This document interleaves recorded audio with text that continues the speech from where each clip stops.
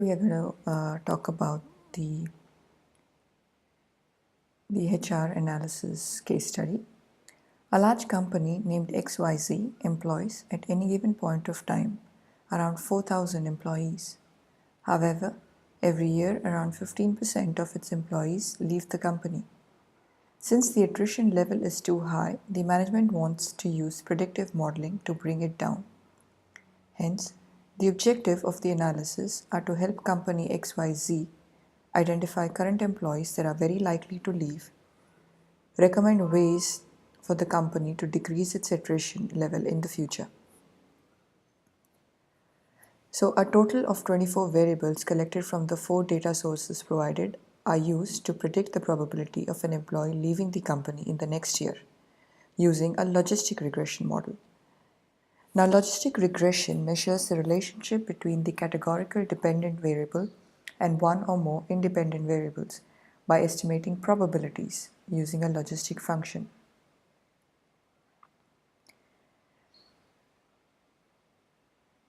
The cutoff that is chosen for the probability is the point at which the accuracy, sensitivity, and specificity of the model are equal. All variables which are significant, that is p-value less than 0.05 and having low VIF, are chosen as the relevant features. Categorical variables are converted to numeric by a process called the dummy variable creation. Stepwise selection is a method that allows dropping or adding predictive variables at various steps in either direction. A logistic regression model is built in R using the function GLM. This model contains all the variables which are removed using 2 algorithms: the stepwise variable selection based on AIC and the backward variable selection based on VIF and p-value. After the whole process is completed, you end up with the most significant variables having the lowest VIF, the variation inflation factor.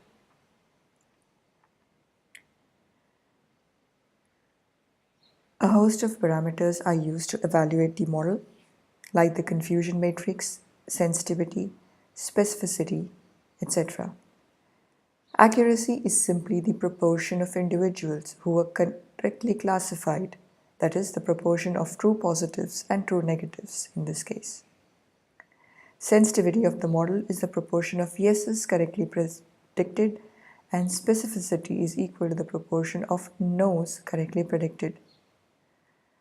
A confusion matrix shows the number of correct and incorrect predictions made by the classification model compared to the actual outcome in the data.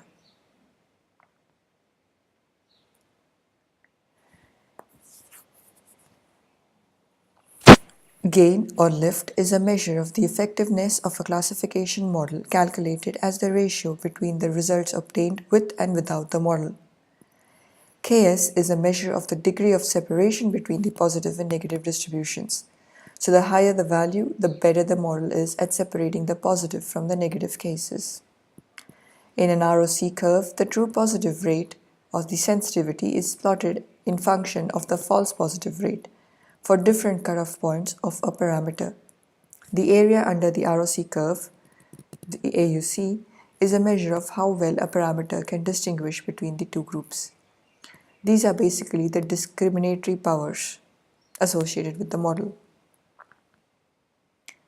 Now, based on a model, it was recommended that the company should right away look to providing an employee-friendly work environment, ample growth opportunities for deserving candidates, and sufficiently longer tenures under the same manager.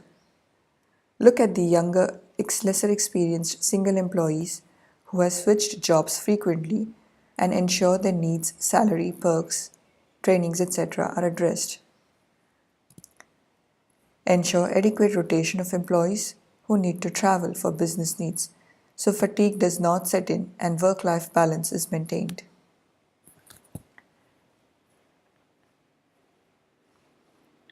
The most significant variables which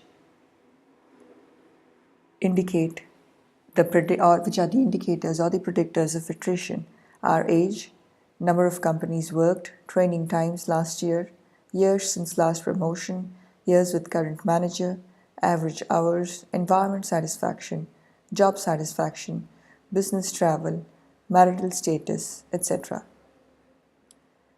Now, the model was able to correctly identify 71% of the employees that were likely to churn. The KS statistic of 42.6% indicates that it is beneficial to target 42% of the employees most likely to leave and work on making them stay.